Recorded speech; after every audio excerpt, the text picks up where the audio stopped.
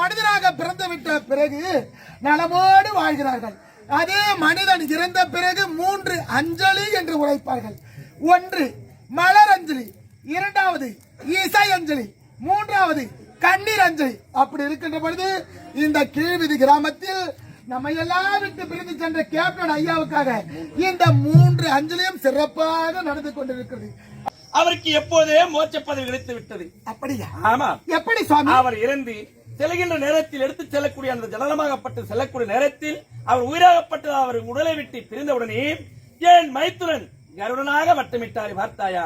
ஒரு புனித ஆத்மாக்கு மட்டும்தான் அந்த கருடனே காட்சி கொடுப்பான். அப்படிப்பட்ட கருடனாக இருந்து அந்த அறி பரலாமல் அந்த வைகுந்த வாசன் எனது மைத்துனன் கருடனாக சேவகமாக வந்து அப்பொழுது வட்டமிட்டு அந்த ஆத்ம ஜோதிக்கு அப்போதே அடைக்கலம் கொடுத்து விட்டார் அவருடைய திருவடியில் வைகுந்தத்தில். இறைவா, மாதத்திலே சிறந்த மாதம் மார்கழி என்று உரைப்பார்கள். அந்த மார்கழியில் தான் சொர்க்க வாசலே திறந்திருக்கும். அப்படி இருக்கின்ற பொழுது மார்கழி மாதம் நம்ம எல்லாம் விட்டு பிரிந்து சென்ற தெய்வம் கேப்டன் ஐயா அவர்கள் சொர்க்க பதவிக்கு தான் நேராக சென்றிருக்கிறார் என்று உரைக்கின்றீர்களா? உண்மைதான் சுவாமி, உண்மைதான் அம்மா. மார்கழி மாதத்தில் இருக்கக்கூடிய ஆத்மாகப்பட்டது எப்போதுமே நேராக சொர்க்கத்திற்கு தான் செல்லும். ஏனென்றால் அது புனித ஆத்மா, தான தர்மங்கள் செய்த ஆத்மா ஆகினால்தான் மார்கழி மாதம் சிறப்பான மாதம் என்று உரைப்பார்கள். அப்படிப்பட்ட மார்கழி மாதத்தில் நம்ம எல்லாம் விட்டு பிறந்த பேர் மதிப்புரைக்குரிய தேசிய முற்போக்கு திராவிட கழகத்தின் கேப்டன் என்று அழைக்கப்படக்கூடிய விஜயகாந்த், கருப்பு வைரம் மற்றும் கருப்பு காமராஜர் என்று அழைக்கக்கூடிய அன்புள்ள படைத்த ஐயா கேப்டன் விஜயகாந்த் ஐயாவிற்கு சாலோப சாமீப சாருப சாட்சியம் என்று சொல்லக்கூடிய 4ஆம் பதவி இந்த அதிகால நேரத்தில் இப்போது மோட்ச பதவி கொடுக்கின்ற ஓம் நமச்சிவாயம், ஓம் நமச்சிவாயம், ஓம் நமச்சிவாயம். என்ன பாவத்தை செய்தா பூமிக்கு பொறுக்கலையோ, பொறுமைக்கு இடமில்லையோ, அந்த சாமிக்கு கண்ணில்லையோ, பாதி கேட்கணும் ஐயா வாழ்க்கை நிலைக்கலையோ.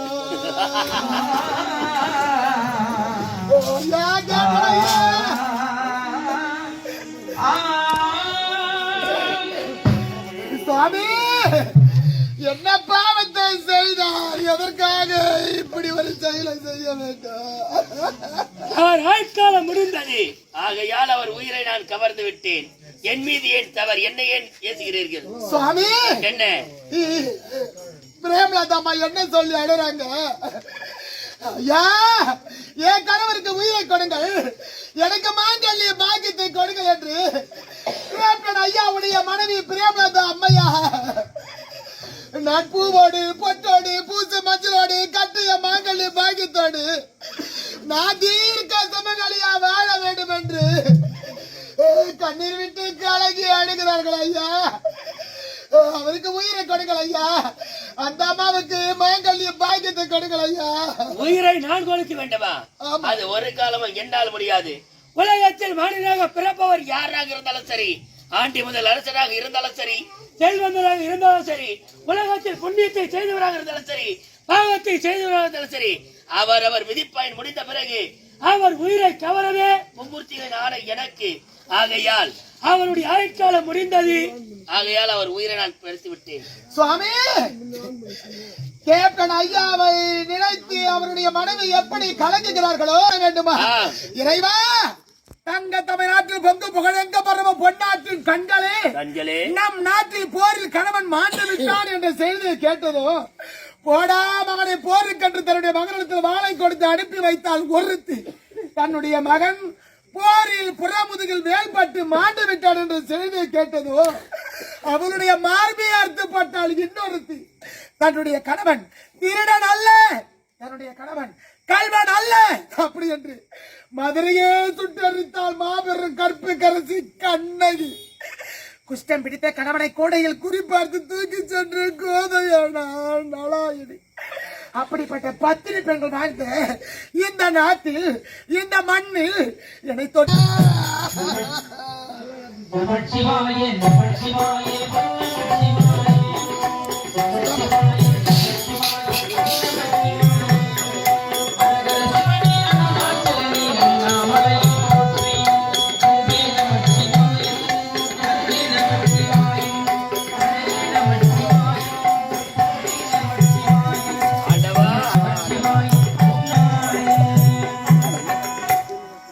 ஆண்டவா யமதர்மா, நீங்கள் தான் என்னை காப்பாற்ற வேண்டும். என்ன அழைத்த காரணம் என்ன?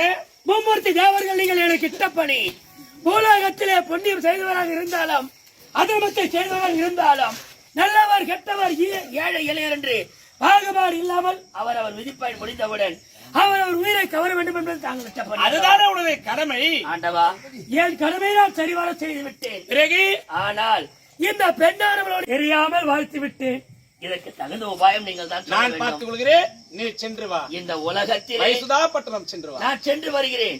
இன்னும் சிலர் உயிரை கவர வேண்டியது இருக்கிறது. அப்படியா? முதலில் அவர்கள் உயிரை எல்லாம் கவர்ந்து வருகிறேன். நல்லவர்களை விட்டு விடுங்கள். நல்லவர்கள் வாழும் காலம் இது அல்ல பெண்ணே. நல்லவர்களை பிடிப்பதுதான் இப்போது எனக்கு காலம் சிறந்தது. நீ மனம் கொள்ளாதே, கோபம் கொள்ளாதே. நான் சென்று வரட்டுமா? இனி அவர் பார்த்துக் கொள்வார்.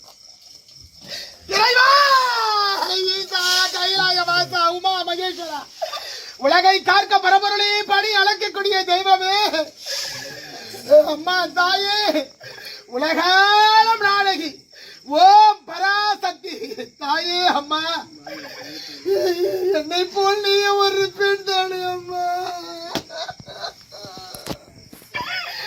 பெண்ணென்றால் பேயும் மன இறங்கும் என்று உரைப்பார்களே தெய்வமே. நாட வேண்டிய மனதில் நான் பூ விழுந்து பொட்டெடுத்து பூத்து மஞ்சளை கிடந்து என் கணவர் கட்டு என் மாங்கழித்து அறுத்து நான் காலமெல்லாம் அமங்கலியா வாழ வேண்டும் என்று வழிவகுத்து விட்டீர்களே அப்பா. இது முறையா? இது சரியா? நான் யாரு கேட்ட பாவத்தை செய்து நல்ல ஒரு மனதை நடுங்க செய்தேனோ, நற்றாற்றில் கை நடுவ விட்டேனோ, வழிய வடக்கிட்டு மானம் கெடுத்தேனோ, வரவு போக்கொழிய வழிமறைத்தேனோ, கலந்த சிநேகரை கழகம் செய்தேனோ, களவு செய்பவருக்கு உளவு சொன்னேனோ, மனமொத்த நட்புக்கு நான் வஞ்சகம் செய்தேனோ, நான் என்ன பாவத்தை செய்தேனம்மா. இறைவா, ஒரு பெண்ணாக பிறந்தவள் பிறந்து வளர்ந்து நாள் ஒரு மேனி பொழுதொரு வண்ணமாக வாழ்ந்து திருமணம் செய்து கொண்டு தொட்டு தாலி கட்டிய கணவனோட காலம் எல்லாம் சந்தோஷமா வாழ வேண்டும், இல்லற வாழ்க்கையில் ஈடுபட வேண்டும், பிள்ளைகளை பெற்றெடுக்க வேண்டும், பிறந்த வீட்டிற்கு புகுந்த வீட்டிற்கு பெருமையை தேடி கொடுக்க வேண்டும் என்றுதானே நினைப்பார்கள். இறைவா, நல்லதொரு மனிதனாக பிறந்து வாழ்ந்து இந்த தமிழ்நாடு முழுவதும் சினிமா துறையில் பேரோடு புகையோடு அரசியல் நல்லதொரு பேரோடு புகையோடு கேப்டன் விஜயகாந்த் ஊர் உலகம் சொல்வதை போல் நடந்து கொண்ட மாபெரும் தெய்வம் மா மனிதன் இந்த கேப்டன் ஐயா அவர்களுக்கும் மோட்சத்தை கொடுக்க வேண்டும். ஏனென்றால் இந்த கீழ்வீதி மக்கள் அனைவரும் ஊராட்சி மன்ற தலைவர், உப தலைவர், நாட்டாண்மை, விருதினம், இளைஞரணி, இன்னும் கேப்டன் ஐயாவுடைய தொண்டர்கள், இன்னும் தாய்மார்கள் அனைவருமாக ஒன்று சேர்ந்து நமது ஆரணி ரோஜா நாடக மன்றத்தை வரவழைத்து நல்லதொரு முறையில் கேப்டன் ஐயாவுக்காக சிறந்தது ஒரு நாடகத்தை சிறப்பாக நடத்தி கொண்டிருக்கிறோம். அப்படி இருக்கின்ற பொழுது ஒரு மனிதனாக பிறந்து விட்ட பிறகு நலமோடு வாழ்கிறார்கள். அதே மனிதன் இறந்த பிறகு 3 அஞ்சலி என்று உரைப்பார்கள். 1 மலர் அஞ்சலி, 2வது இசை அஞ்சலி, 3வது கண்ணீர் அஞ்சலி. அப்படி இருக்கின்ற பொழுது இந்த கீழ்விதி கிராமத்தில் நம்ம எல்லாம் விட்டு பிரிந்து சென்ற கேப்டன் ஐயாவுக்காக இந்த 3 அஞ்சலியும் சிறப்பாக நடந்து கொண்டிருக்கிறது. அப்படி இருக்கின்ற பொழுது இந்த கேப்டன் ஐயா அவர்களுக்கும் மோட்ச பதவியை கொடுக்க வேண்டும். தெய்வமே, மகளே சுகுணா, உண்மைதான். ஒரு மனிதனாக பிறந்தால் எப்படி வாழ வேண்டும் என்ற விதிவிலக்கோடு வாழ்ந்து நான் பெயரை எடுத்து நான் மகளை ஈன்றெடுத்து, அதாவது ஒரு மனிதனாக பிறந்தால் இல்லை என்று ஒருவருக்கு வாரி வாரி வழங்கக்கூடிய வள்ளலாகவும் அரிச்சந்திரன் போல் பொய் சொல்லா புனிதனாக வாழ வேண்டும் என்ற விதிவிலக்கோடு வாழ்ந்து, அது மட்டுமில்லாமல் இந்த காலத்தில் ஒருவன் உயர்ந்து விட்டால் அவன் இருப்பவன் எப்பொழுதும் தாழ்ந்தவனாக இருக்க வேண்டும் எண்ணக்கூடிய இந்த மனிதர்கள் இருக்கக்கூடிய சூழ்நிலையில் இருந்த இந்த புவி உலகத்தில் நாம் இருக்கும் இடத்தை விட்டு இன்னும் நம் கீழே இருப்பவர் மேலும் வளர வேண்டும் என்று முழு மனதோடு எத்தனையோ நடிகர்களை இன்னும் மேன்மேலும் வளரச் செய்து, இன்னும் அது மட்டுமில்லாமல் எத்தனையோ கிராமத்திற்கும் எத்தனையோ நாட்டுக்கும் அது மட்டுமில்லாமல் எத்தனையோ குடும்பத்தை வாழ வைத்து பேர் மதிப்பிற்குரிய தேசிய முற்போக்கு திராவிட கழகத்தில் தலைவராகவும் மற்றும் சிறந்த நடிகராகவும் ஒரு மனிதனாக பிறந்தால் எப்படி வாழ வேண்டும் என்று வாழ்ந்து மறைந்த பேர் மதிப்புக்கு மரியாதைக்குரிய கேப்டன், அதாவது ஒரு குடும்பத்தில் அந்த குடும்ப தலைவன் சரியாக இருந்தால் அந்த குடும்பம் சரியாக இருக்கும். அது மட்டுமில்லாமல் ஒரு கிராமத்தின் தலைவன் தலைமை சிறப்பாக இருந்தால் அந்த கிராமமே செழிப்பாக இருக்கும். ஒரு நாட்டின் தலைவன் சிறப்பாக இருந்தால் அந்த நாடே நலமோடு இருக்கும். அப்படி நம்ம நாட்டுக்காக ஆயிராது பாடுபட்டு ஏழை எளியோருக்கு இல்லை என்று ஒருவருக்கு வாரி வரை வழங்கக்கூடிய வள்ளலாகவும், அது மட்டுமில்லாமல் தானத்திலே 32 தானத்திலே சிறந்த தானம் அன்னதானம் என்று உரைப்பார்கள். அப்படிப்பட்ட நடிகர் அனைவரும் சரிசமமாக அந்த அன்னதானம் என்பது 2 சுவாமிகளுக்கு மட்டும்தான் உரியது. ஒன்று முதலாக ஐயப்பன் சுவாமிக்காக அன்னதானம், இரண்டாவதாக வள்ளலார் என்று சொல்லக்கூடிய இருவருக்குமே அன்னதான பிரபு என்று உரைத்திருக்கிறார்கள். ஆனா இப்பொழுது நமக்கெல்லாம் அன்னதானத்தை வழங்கி ஏழைகளுக்காக வாரி கொடுத்த வள்ளல் கலியுக கர்ணன் அன்னதான பிரபு கேப்டன் ஐயா. உண்மைதான். இருந்தால் உன் பேர் ஊர் சொல்ல வேண்டும், இருந்தால் உன் பேர் உலகமே சொல்ல வேண்டும் என்று உரைப்பார்கள். அதுபோல் இந்த நாடு முழுவதும், அதாவது அவர் இறந்த அந்த ஆழ்ந்தல் இரங்கலை நினைத்து அனைவரும் கண்ணீர் வடித்துக் கொண்டிருக்கிறார்கள். அவருக்கு சாலோக சாமீப சார்வ சாட்சியம் என்று சொல்லக்கூடிய 4ஆம் பதவி, சிவலோகம் என்று சொல்லக்கூடிய சிவனுடைய திருப்பாதத்தையும், வைகுந்தம் என்று சொல்லக்கூடிய மகனுடைய திருவடி அடைய வேண்டும் என்று இந்த அதிகால நேரத்தில் மோட்ச பதவி கொடுப்பதோடு மட்டுமில்லாமல் இத வார்த்தாயா சுகனாம் அவருக்கு எப்போதே மோட்ச பதவி கிடைத்து விட்டது. அப்படியா? ஆமா. எப்படி சுவாமி? அவர் இறந்து செல்கின்ற நேரத்தில் எடுத்துச் செல்லக்கூடிய அந்த ஜலமாகப்பட்டு செல்லக்கூடிய நேரத்தில் அவர் உயிராகப்பட்டு அவர் உடலை விட்டு பிரிந்தவுடனே ஏன் மைத்துனன் கருடனாக வட்டமிட்டார். வார்த்தாயா, ஒரு புனித ஆத்மாக்கு மட்டும்தான் அந்த கருடனே காட்சி கொடுப்பான். அப்படிப்பட்ட கருடனாக இருந்து அந்த அரி பரணாமல் அந்த வைகுந்த வாசல் எனது மைத்துனன் கருடனாக சேவகமாக வந்து அப்பொழுது வட்டமிட்டு அந்த ஆத்ம ஜோதிக்கு அப்போதே அடைக்கலம் கொடுத்து விட்டார். அவருடைய திருவடியில் வைகுந்தத்தில். இறைவா, மாதத்திலே சிறந்த மாதம் மார்கழி என்று உரைப்பார்கள். அந்த மார்கழியில் தான் சொர்க்க வாசலே திறந்திருக்கும். அப்படி இருக்கின்ற பொழுது மார்கழி மாதம் நம்ம எல்லாம் விட்டு பிரிந்து சென்ற தெய்வம் கேப்டன் ஐயா அவர்கள் சொர்க்க பதவிக்கு தான் நேராக சென்றிருக்கிறார் என்று உரைக்கின்றீர்களா? உண்மைதான் சுவாமி, உண்மைதான் அம்மா. மார்கழி மாதத்தில் இருக்கக்கூடிய ஆத்மாகப்பட்டது எப்போதுமே நேராக சொர்க்கத்திற்கு தான் செல்லும். ஏனென்றால் அது புனித ஆத்மா, தான தர்மங்கள் செய்த ஆத்மா. ஆகினால்தான் மார்கழி மாதம் சிறப்பான மாதம் என்று உரைப்பார்கள்.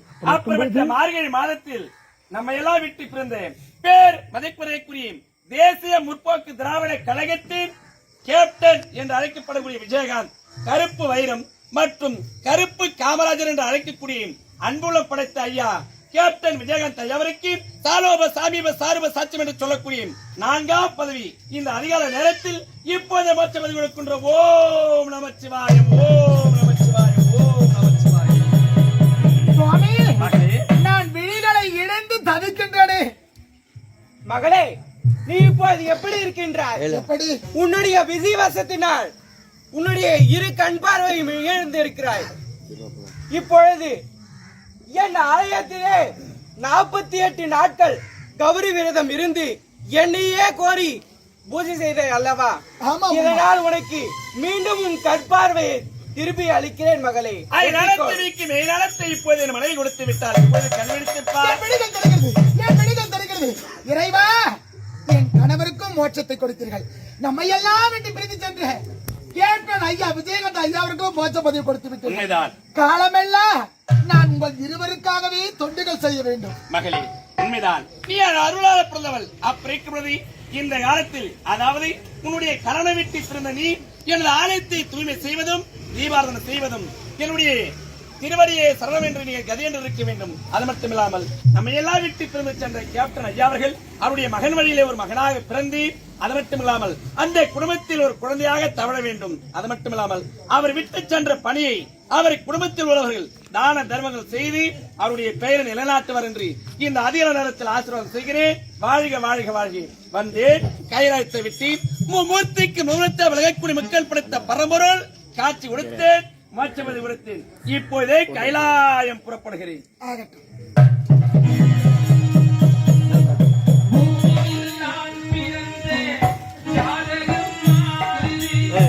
Solo.